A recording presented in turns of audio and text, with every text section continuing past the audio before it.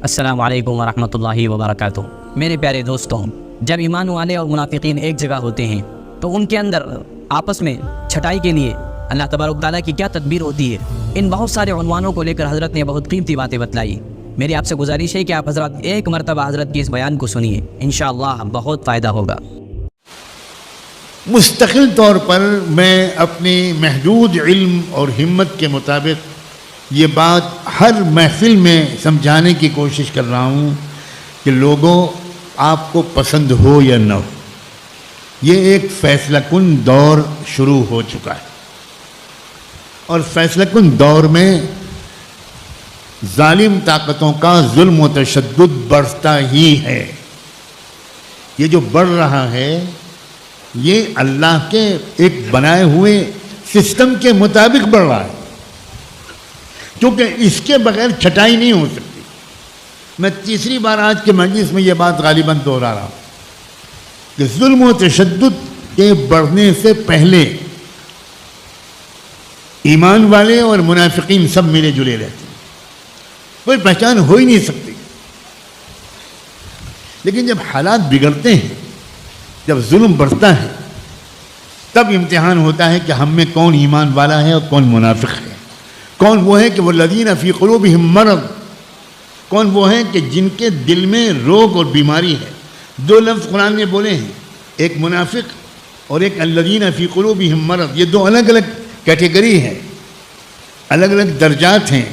ایک تو وہ ہیں جو سرے سے مسلمان ہی نہیں ہیں، انہوں نے سیاسی فائدہ حاصل کرنے کے لیے، مالی فائدہ حاصل کرنے کے لیے اپنے کو مسلمان ظاہر کیا، اور ایک وہ ہیں کہ جو ایسے تو نہیں ہیں لیکن دل میں ایمان کی کمزوری کی بیماری ہے۔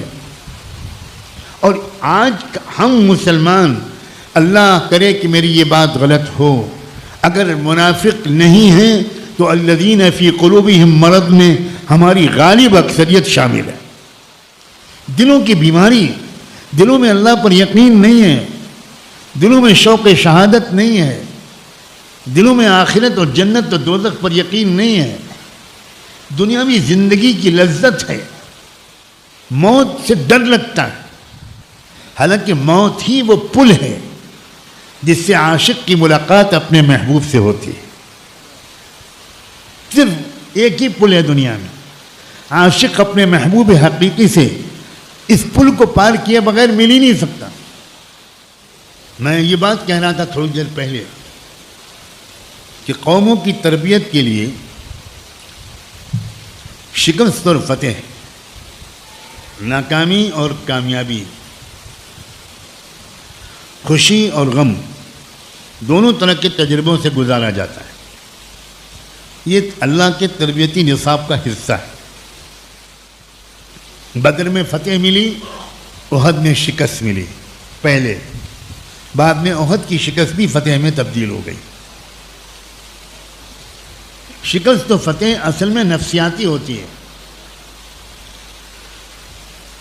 اگر کسی قوم کی ہمت بلند ہے تو وہ شکست کھائی ہوئی قوم، اس کو کہنا غلط ہے۔ جس کی ہمت بلند ہے، جس کے حوصلے بلند ہیں، جو ظلم کرنا تو بالکل نہیں چاہتی لیکن ظلم کے سامنے جھکنا بھی نہیں جانتی،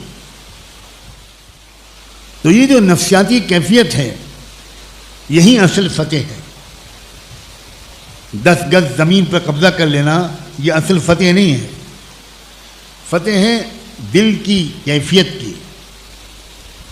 انتم الاعلون ان کنتم مؤمنین، اسی کو کہا گیا۔